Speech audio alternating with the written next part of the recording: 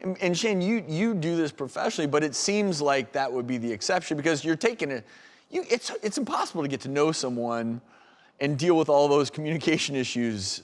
Oh, absolutely. I mean, anecdotally, I will say that my marriage began as a friends with benefits. And so even somebody who's experienced this is still saying, I would go a little slower next time and start to really look for the signs. Because I think that when we jump into bed with somebody, it's not really about sexual compatibility. It's have we been sexually conditioned the exact same way? Because what I look for in a good sexual partner is when I say something, do they listen? Do they adapt? Do they ask extra questions? Do they try to correct my truth? Is this person interested? Are they a tourist or a tour guide in general interactions? Because I want to be with a tourist in the bedroom, somebody who's curious. And those are things you pick up on a first date by just interacting with somebody.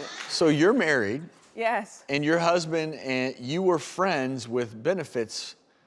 How do you make the transition to commitment and dedication? And, you know, that first night of sex, you're not thinking about who's gonna bottle feed, who's gonna bring the bottle at 2 a.m. while the baby's crying, you know? So how are those transitions made if the start of your relationship is more of just the hot and heavy, hormonally driven, I'll call it hormonally driven, right? Yeah, it's hormones that often drive us to have these sexual encounters.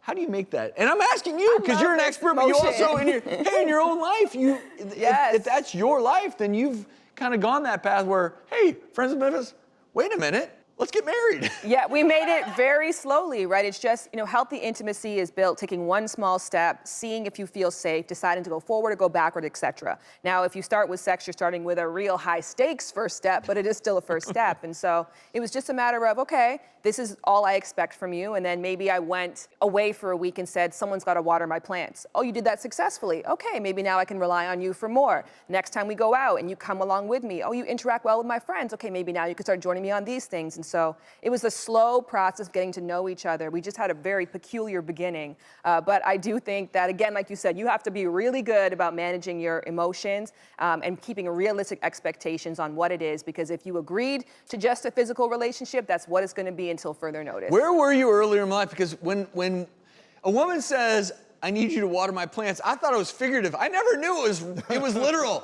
Like, he literally watered your plants. And now you're married. That's beautiful. But for people watching, you are very good at what you do. You mentioned being friends with benefits. That is a skill set, and that is not for everybody. So 100%. I don't want people to watch and say, well, you know, maybe I'll try that. That seems pretty simple. Like, that is... It's a pro move. Yeah, it's a pro move. So that's what I'll say, I think, about this topic. Sex on the first date is a pro move, and I don't think it actually is an indicator if you're going to have chemistry or great sex going forward.